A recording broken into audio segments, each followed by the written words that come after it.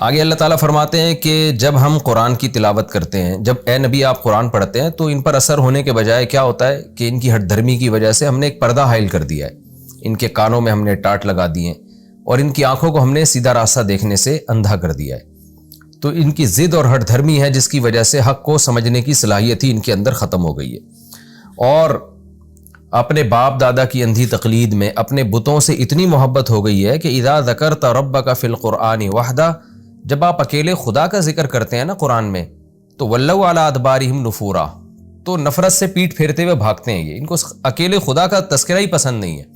آج بھی جو مشرک لوگ ہیں نا، آپ دیکھیں ان کی تقریروں میں، ان کے بیانات میں اللہ کا ذکر بہت کم ملتا ہے، اللہ کی بڑائی بہت کم ملتی ہے، اللہ کی کبریائی بہت کم ملتی ہے۔ اور قرآن میں اسی مضمون کو دوسرے مقام پہ جو بیان کیا، وَإِذَا ذُكِرَ اللَّهُ وَحْدَهُ اشْمَأَزَّتْ قُلُوبُ الَّذِينَ لَا يُؤْمِنُونَ بِالْآخِرَةِ، کہ جن لوگوں کا آخرت پر ایمان نہیں ہے نا، کہ جب اکیلے خدا کا ذکر کیا جائے، اس کی حمد و ثنا کی جائے تو ان کے دل تنگ ہونے لگتے ہیں۔ وَإِذَا ذُكِرَ الَّذِينَ مِن دُونِهِ إِذَا هُمْ يَسْتَبْشِرُونَ، ہاں اللہ کے علاوہ باقیوں کی آپ تعریفیں شروع کر دیں تو اچانک خوش ہو جاتے ہیں، یعنی جن کو اللہ کے ساتھ یہ شریک کرتے ہیں۔ تو اس سے پتہ چلتا ہے کہ کچھ لوگ مزاج کے مشرک ہوتے ہیں، ان کو شرک کا مزاجاً وہ مشرک ہیں، ان کو جب شرک کی باتیں ہوں گی تو اچھا لگتا ہے، اور کچھ مزاج کے توحیدی ہوتے ہیں، ان کو جب اللہ کی کبریائی بیان کی جائے تو ان کو مزہ آتا ہے۔ تو اس لیے اگر کہیں اللہ کی حمد و ثنا ہو رہی ہے اور اللہ کی توحید بیان کی جا رہی ہے اور آپ کو دل میں فرحت محسوس ہو رہی ہے تو ایک نور کی علامت ہے، ایک ایمان کی علامت ہے۔ یہ آگے اللہ فرماتے ہیں کہ نحن اعلم بما يستمعون به اذ يستمعون الیک، ہمیں خوب معلوم ہے بما يستمعون به، کس غرض سے یہ لوگ، وہ کون سی غرض ہے جس کے ساتھ یہ سنتے ہیں، یعنی جب آپ آ کے یہ قرآن سنتے ہیں نا آپ کی زبان مبارک سے، تو بما یستمعون به، کس چیز کے ساتھ یہ قرآن سن رہے ہوتے ہیں، کیا مطلب، یعنی کس غرض سے یہ قرآن سن رہے ہوتے ہیں، کون سی نیت ہوتی ہے جس کے ساتھ یہ قرآن سن رہے ہوتے ہیں۔ اذ یستمعون الیک، جب یہ آپ کی طرف کان لگا کے سن رہے ہوتے ہیں۔ ایک ہوتا ہے سمع یسمع، اس کا معنی سننا، ایک ہے یستمع غور سے سننا، کیونکہ پچھلی آیت میں بتایا نا کہ جب یہ قرآن سنتے ہیں تو ہم سننے ہی نہیں دیتے، ان کے اور سماعت کے درمیان ایک پردہ ہوتا ہے۔ اب سوال پیدا ہوتا ہے بھئی یہ تو بڑے غور سے سن رہے ہوتے ہیں اور اللہ کہہ رہے ہیں سنتے ہی نہیں ہیں، تو اللہ اس میں بتا رہے ہیں کہ یہ سننا الگ طرح کا ہے جس نیت سے یہ سن رہے ہوتے ہیں، اور ہم جو چاہتے ہیں کہ جس نیت سے یہ سنیں وہ سننا الگ ہے۔ ایک ہے اس نیت سے قرآن سننا کہ مجھے ہدایت ملے، مجھے سیدھا راستہ ملے، کہیں بھی حق بات ملے گی میں اس کو فالو کروں گا، یہ والا جو سننا ہے، اس سننے میں اور قرآن کے درمیان ہم پردہ ڈال دیتے ہیں، یہ نہیں سن پاتے یہ۔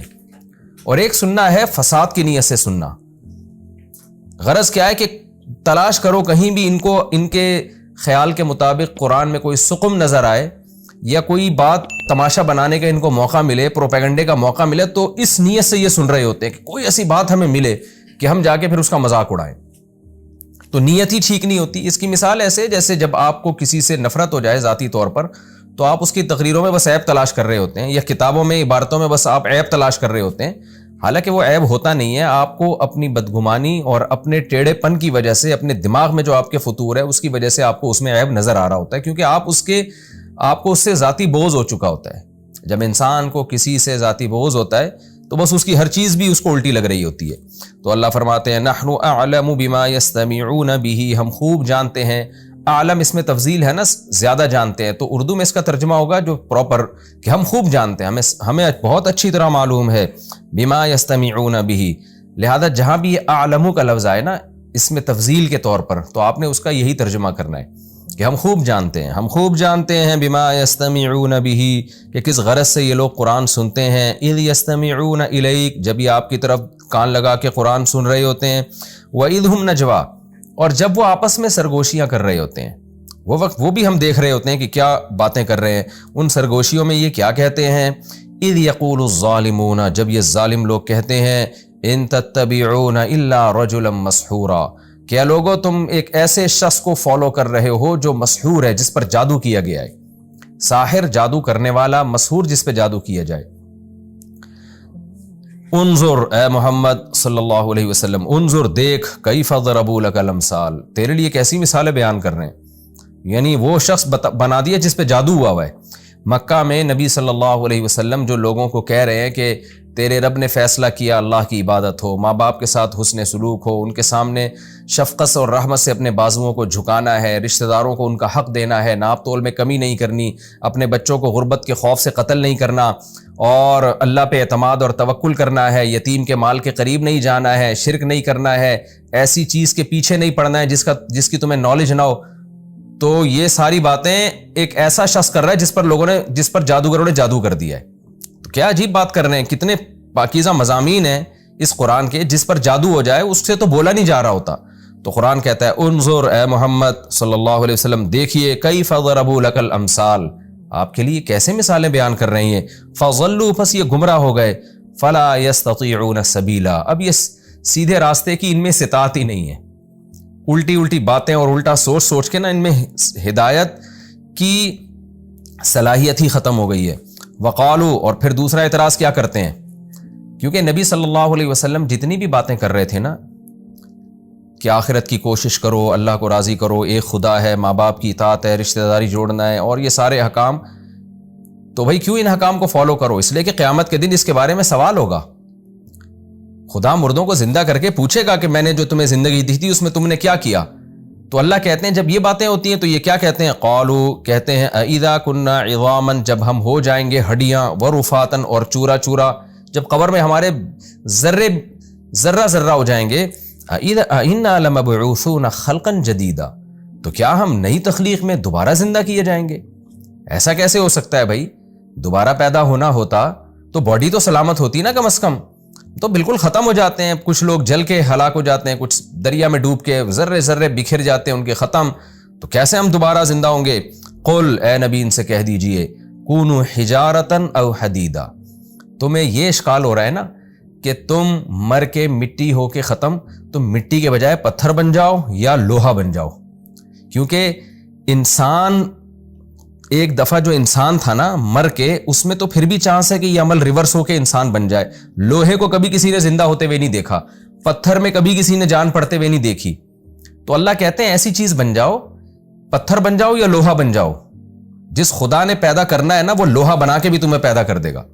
انسان کے اختیار میں نہیں ہے کہ وہ پتھر یا لوہا بن جائے. یہ ایک مثال ہے، سمجھایا جا رہا ہے کہ جس خدا کی طرف تم یہ نسبت کر کے کہہ رہے ہو کہ وہ کیسے زندہ کرے گا، تو وہ خدا تمہیں لوہا بنا کے بھی زندہ کر سکتا ہے، وہ پتھر میں بھی جان ڈال سکتا ہے. تو تم ٹرائی کر کے دیکھو کہ تم پتھر بنو یا لوہا بنو. او خلقا مما یکبر فی صدورکم، یا ایسی مخلوق بن جاؤ جو تمہارے دلوں میں اس سے بھی بڑی کوئی چیز ہو، یعنی جس کا پیدا کرنا اور زیادہ ناممکن ہو.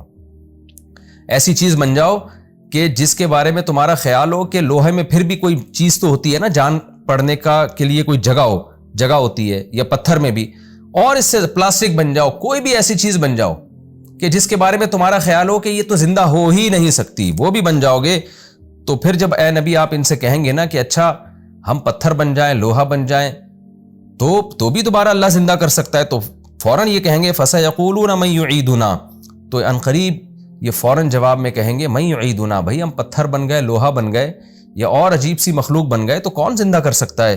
قُلِ الَّذِي فَطَرَكُمْ أَوَّلَ مَرَّةٍ، کہہ دیجئے کہ وہ پیدا کرے گا جس نے پہلی مرتبہ پیدا کیا. پہلے مرتبہ میں تو نہ پتھر تھے، نہ لوہا تھے، نہ مٹی تھے. اپنی قدرت سے اس نے ایک جرثومہ بنایا خوراک کے ذریعے، اور ماں کے رحم میں اس نے انسان بنا کے دنیا میں باہر لے آیا. اس چیز کو دیکھو جس سے وہ منی کا قطرہ بنایا گیا، اور پھر ماں کے پیٹ میں مختلف مراحل میں لے جا کے کیسے انسان بنایا گیا. تو جو اس طرح سے پیدا کر سکتا ہے وہ پتھر لوہے کو بھی دوبارہ پیدا کر سکتا ہے. تم تو پتھر لوہا بھی نہیں بنتے، تم تو مٹی میں تبدیل ہو جاتے ہو، اور پہلی مرتبہ اللہ نے انسان کو مٹی ہی سے بنایا ہے. آپ قرآن کے کانفیڈنس کو دیکھیے، نبی صلی اللہ علیہ وسلم کے کانفیڈنس کو دیکھیے. ایک طرف وہ مذاق اڑائے جا رہے ہیں کہ بھلا ہم جب ہڈیاں ہو گئے اور چورا ذرہ ہو گئے تو زندہ کیسے ہوں گے؟ اس کے جواب میں ہمارے نبی صلی اللہ علیہ وسلم یہ کہہ سکتے تھے کہ کوئی ایسی بات کر سکتے تھے کہ آپ کے دعوے میں کمزوری محسوس ہوتی. آپ کہہ سکتے تھے کہ ہاں بھائی میں بھی غور کر رہا ہوں، تم بھی غور کرو. پھر یہ ہوتا ہے کہ بعض لوگوں کی جسم سلامت نہیں رہتا، جسم سلامت رہتا ہے، بعض دفعہ یہ ہوتا ہے کہ ریڑھ کی ہڈی سلامت رہتی. کوئی بھی، جیسے ہم جب کسی چیز میں پھنس جاتے ہیں تو تھوڑا سا ہمارے دعووں میں لچک پیدا ہوتی ہے. لیکن آپ صلی اللہ علیہ وسلم کے اعتماد کو دیکھیے اور قرآن کے دعوت کو دیکھیے کہ وہ مذاق اڑائے جا رہے ہیں، اور کہہ رہے ہیں کہ ہم جب چورا چورا ہو جائیں گے تو کون پیدا کرے گا؟ اللہ نے کہا کہ تم پتھر یا لوہا بن جاؤ. انسان ہو کے مٹی میں تحلیل ہونا تو بہت دور کی بات ہے. تم پتھر یا لوہا بن جاؤ یا اور ایسی مخلوق بن جاؤ جو اس سے بھی زیادہ، جس کے بارے میں خیال ہو کہ اس میں تو جان پڑ ہی نہیں سکتی ہے، لیکن وہی ذات زندہ کرے گی جس نے پہلی مرتبہ پیدا کیا. پہلی مرتبہ تو نہ پتھر تھے، نہ لوہا تھے، نہ مٹی تھے، کچھ بھی نہیں تھے. کیسے اس نے بنا کے تمہیں انسان بنا کے کھڑا کر دیا. فَسَيُنْغِضُونَ إِلَيْكَ رُؤُوسَهُمْ، تو یہ سر ہلاتے ہوئے آپ سے کہیں گے، یعنی مذاق کریں گے وہ کہ ہم مذاق اڑا رہے ہیں اور آپ اپنے دعوے میں اور مضبوط ہوتے چلے جا رہے ہیں. تو پھر ان کے پاس ایک ہی چیز میں، جب یہ اس جواب سے عاجز ہو جائیں گے نا، الذی فطرکم اول مرہ، کہ وہ پیدا کرے گا جس نے پہلی دفعہ پیدا کیا. اب یہاں مشرکین خاموش ہو جاتے تھے. یہ ایک بڑا زبردست سوال تھا نا یہ، کہ پہلی مرتبہ کیسے پیدا ہو گئے بھائی؟ اس وقت ڈارون جیسا بے وقوف اور احمق پیدا نہیں ہوا تھا جس نے ایک فضول قسم کی جو تھیوری گڑی ہے، جس کا نہ سر نہ پیر، کے کروڑوں اربوں سال میں یہ انسان وجود میں آیا ہے.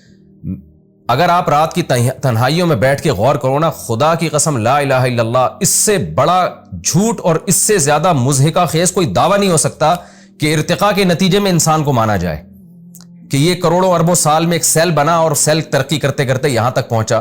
اتنا بڑا جھوٹ اور اتنی مضحکہ خیز بات ہے نا. لیکن خدا جب انسانوں کی عقلوں پہ پردہ ڈال دیتا ہے نا، ان کے گناہوں اور خدا سے نفرت کی وجہ سے، کیونکہ جب آپ کو خدا سے نفرت ہوگی نا تو پھر نفرت کے نتیجے میں آپ نے گڑھنا ہے. خدا کو تو آپ نے ماننا نہیں ہے، تو کچھ نہ کچھ فلسفہ آپ نے گڑھنا ہے. تو یہ وہ لوگ ہیں جن کے بارے میں قرآن کہتا ہے کہ ختم اللہ علی قلوبہم وسمعہم، ان کے دلوں پہ اور سماعت پہ میں نے مہر لگا دی. ایک روبوٹ وجود میں نہیں آ سکتا، ایک بے جان تصویر خود بخود وجود میں نہیں آ سکتی. یہ ایک جاندار تصویر کیسے وجود میں آ گئی کروڑوں اربوں سال میں؟ پھر نر الگ، مادہ الگ، اور پھر ماں سے بچہ پیدا ہو رہا ہے. بہت ارتقاء میں ہم اگر کوئی چیز فرض کر لیں تو کرتے کرتے ایک چیز وجود میں آ جائے نا. یہ ایک چیز کیسی ہے کہ نر مادہ کا ملاپ ہو رہا ہے اور 9 مہینے کے اندر بچہ بن کے پیدا ہو رہا ہے، اور پیدا ہوتے ہی ماں کی چھاتیوں میں دودھ پیدا ہو رہا ہے. تو مشرکین مکہ میں بھی اتنی عقل تھی کہ انہوں نے ڈارون کی طرح سے کوئی نظریہ گڑا نہیں. یہاں کے وہ پھنس جاتے تھے. جب قرآن کہتا ہے الذی فطرکم اول مرہ، جس نے پہلی دفعہ پیدا کیا. ماں باپ خوراک کھاتے ہیں، اسی خوراک سے اسپم بنتے ہیں، اسی اسپم سے نر اور مادہ جرثومے بنتے ہیں، پھر وہ ماں کے پیٹ میں جاتے ہیں، اور کیسے بچہ پیدا ہو کے آنکھ ناک کان سب چیزیں بنا کے دنیا میں آتا ہے اور بہترین دماغ لے کے آتا ہے. میں ایک مسلمان، اب تو مسلمان ڈاکٹروں نے بھی وہی ان کی اندھی تقلید میں وہی باتیں شروع کر دی ہیں. ایک ڈاکٹر کی میں کلپ دیکھ رہا تھا، وہ کہہ رہا تھا کہ ہمارا دماغ ان چیزوں سے بنا ہے اور اربوں کھربوں سال میں یہ دماغ وجود میں آیا ہے ارتقاء کرتے کرتے. تو ان کے دماغ نے اب تک اتنا بھی ارتقاء نہیں کیا کہ وہ یہ اپنے دماغ کے بارے میں فیصلہ کر سکیں کہ یہ کھربوں سال میں بھی آٹومیٹیکلی ارتقاء کے نتیجے میں نہیں ہو سکتا. کھربوں کیا، کھربوں کو کھربوں سے آپ ضرب دے دیں تو بھی نہیں ہو سکتا. بس خدا سے نفرت ہے، اس کا کسی طریقے سے انکار کرنا ہے. تو مشرکین مکہ چونکہ یہاں کے وہ پھنس جاتے تھے کہ بھئی پہلی دفعہ کیسے پیدا ہوتا ہے. تو واقعی جو پہلی دفعہ پیدا کر سکتا ہے اپنی قدرت سے، وہ دوبارہ بھی پیدا کر سکتا ہے. تو یہاں آ کے پھر وہ سوال گھماتے تھے اور کہتے تھے فَسَيُنْغِضُونَ إِلَيْكَ رُؤُوسَهُمْ، سر ہلاتے ہوئے آپ کی طرف آئیں گے اور کہیں گے متى ہوا، اچھا اگر یہ ہوگا تو کب ہوگا. جیسے آپ کہتے ہیں نا کوئی شخص پیش گوئی کرے کہ یہ کام ہو کے رہے گا ہو کے رہے گا، جب آپ پھنس جاتے ہیں تو پھر آپ اسے تاریخ مانگتے ہیں، اچھا بھائی تو بتا کب ہوگا یہ.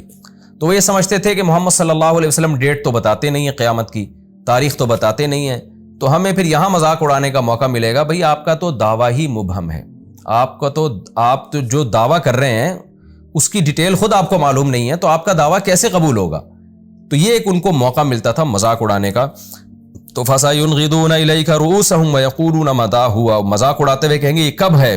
قُلْ عَسَىٰ أَن يَكُونَ قَرِيبًا، آپ کہہ دیجئے امید ہے کہ وہ قریب ہو. کیونکہ جتنا عرصہ اس کائنات کو بنے ہوئے اور آدم علیہ السلام کو آئے ہوئے ہو گیا نا، اس ٹائم کو آپ اگر کیلکولیٹ کریں اور رسول اللہ صلی اللہ علیہ وسلم جب بھیجے گئے اور اس وقت سے لے کے قیامت تک کا ٹائم کیلکولیٹ کریں تو وہ بہت تھوڑا ہے. نبی صلی اللہ علیہ وسلم نے فرمایا بعثت انا والساعۃ کہاتین، مجھے اس طرح آپ نے انگلی سے اشارہ کیا کہ مجھے اور قیامت کو اس طرح ساتھ ساتھ بھیجا گیا ہے. پہلے تو لوگوں کی عمر 1,000 سال ہوتی تھی، تو اس کے لحاظ سے یہ 1400 سال کچھ بھی نہیں ہے. تو فرمایا کہ بہت جلد آنے والی ہے قیامت. اور حدیث میں آتا ہے کہ جو مر گیا نا اس کی تو قیامت آ ہی گئی، یعنی مجازن اس پر تو اس نے تو گویا اپنی دنیا جب اس کی ختم ہو گئی نا تو ایک لحاظ سے ایک چھوٹی قیامت تو اس کے حق میں برپا ہو گئی ہے. تو آپ ان سے کہہ دیجیے قُلْ عَسَىٰ أَن يَكُونَ قَرِيبًا، عن قریب امید ہے کہ وہ بہت قریب ہو. تو یہ اس طرف اشارہ ہے کہ مجھے قیامت کی تاریخ کا علم نہیں ہے، اگر اور یہ علم نہ ہونا اس کی علامت نہیں ہے کہ قیامت واقع نہیں ہوگی. آپ کو کیونکہ میں تو جو اللہ کا پیغام ہے وہ تم تک پہنچا رہا ہوں. اللہ نے مجھے بتایا کہ قیامت قائم ہوگی. سورہ طٰہٰ میں بھی کیا ہے، موسیٰ علیہ السلام کو اللہ نے کہا کہ جب نبوت دی ہے اور وحی نازل ہونا شروع ہوئی ہے تو اللہ نے کیا فرمایا، اکاد اخفیہا، اے موسیٰ قیامت واقع ہوگی لیکن میں اس کی تاریخ کو چھپا دوں گا، میں لوگوں کو نہیں بتاؤں گا کب ہوگی تاکہ وہ اچانک واقع ہو. یوم یدعوکم، اللہ فرماتے ہیں جس دن یہ قیامت قائم ہوگی، جس دن وہ تمہیں پکارے گا، فتستجیبون بحمدہ، آج تو تم اعتراض کر رہے ہو کیسے زندہ ہوں گے، لیکن تم سب اس کی آواز پر اس کی حمد و ثنا کے ساتھ لبیک کہتے ہوئے قبروں سے اٹھو گے. اس کی پکار پر لبیک، وہ اللہ کہے گا آ جاؤ سارے میدان حشر میں، سب یک لخت جان پڑے گی سب میں، مردوں میں، اور زندہ ہو کے اللہ کے سامنے پیش ہونا شروع ہوں گے اور اللہ کی حمد و ثنا کرتے ہوئے. یہ حمد جو ہے نا اضطراری ہوگی، اختیاری نہیں ہوگی. اضطراری کا مطلب یہ ہے کہ ایک تو اپنے اختیار سے انسان اللہ سے خوش ہو کے اس کی تعریفیں کرتا ہے، ایک ہوتا ہے کہ وہ جب اللہ کی یہ قدرت اپنی آنکھوں سے دیکھے گا نا تو کافر بھی اللہ کی حمد کریں گے، وہ کہ اس حمد و ثنا پہ ان کو ثواب نہیں ملے گا، لیکن اس وقت وہ بھی اللہ کی حمد کر رہے ہوں گے کہ ہمارا رب کتنا طاقتور ہے کہ جس نے ہمیں ختم ہونے کے بعد کیسے سیکنڈوں کے اندر اس نے ہمیں دوبارہ پیدا کر دیا. وَتَظُنُّونَ إِن لَبِثْتُمْ إِلَّا قَلِيلًا، اور آگے اللہ نے فرمایا کہ تم قیامت کو دور سمجھتے ہو نا کہ بہت دیر سے آ رہی ہے اور اس کو اس بات کی دلیل بنا رہے ہو کہ آئے گی نہیں، کیونکہ آنا ہوتا تو آ چکی ہوتی. تو اللہ کہتے ہیں لیکن جب تم اپنی آنکھوں سے قیامت کو دیکھو گے تو وَتَظُنُّونَ، تم یہ سمجھ رہے ہوگے، إِن لَبِثْتُمْ إِلَّا قَلِيلًا، کہ تم دنیا میں بہت تھوڑا وقت ٹھہرے ہو. دنیا کا ٹائم بہت تھوڑا تھا، یہ بہت جلدی آ گئی ہے قیامت.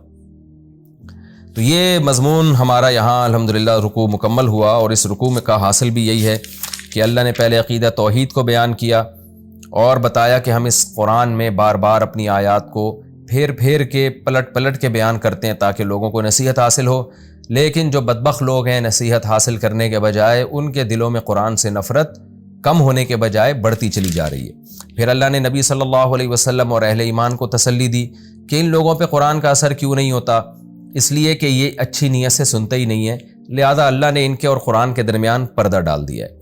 پھر اللہ نے فرمایا کہ جس نیت سے یہ سنتے ہیں وہ غرض بھی ہمیں معلوم ہے، وہ بھی فساد کی نیت سے کہ عیب تلاش کریں گے اور مذاق اڑائیں گے. پھر اللہ نے کیا فرمایا کہ یہ آپ کے بارے میں کیسی باتیں کرتے ہیں، کہتے ہیں کہ لوگوں تم ایک ایسے شخص کو فالو کر رہے ہو جس پہ جادو ہو گیا ہے، اور پھر آپ کے اس دعوے کا بھی مذاق اڑاتے ہیں کہ آپ جو کہتے ہیں کہ موت کے بعد دوبارہ زندگی ہے، تو کہتے ہیں ہم جب ہڈیاں ہو گئے تو کہاں سے زندہ ہوں گے. تو اللہ نے بتایا کہ تم پتھر بن جاؤ، لوہا بن جاؤ، اور کچھ بھی بن جاؤ، اللہ دوبارہ زندہ کر دے گا. تو پھر مذاق اڑاتے ہوئے کہتے ہیں اچھا کب زندہ کرے گا، کہ کون زندہ کرے گا، یعنی ہم پتھر بن گئے تو پھر کون زندہ کرے گا. تو کہہ دیجئے کہ وہی جس نے پہلی دفعہ پیدا کیا. اب یہاں جب یہ پھنسیں گے تو فوراً سوال کہیں گے اچھا پھر اس کی ڈیٹ بتائیں. تو آپ ان سے کہہ دیجئے کہ مجھے تاریخ معلوم نہیں ہے، میں اسی علم کو پھیلانے کا مکلف ہوں جو علم اللہ نے مجھے دیا. اتنی بات میں ضرور جانتا ہوں کہ جس دن وہ تمہیں زندہ کرے گا تو تمہیں لگے گا کہ یہ گویا وقت سے پہلے آ گئی ہے، ہم دنیا میں بہت تھوڑا رہے ہیں، گویا ہمیں دنیا میں رہنے کا ٹائم دیا ہی نہیں گیا.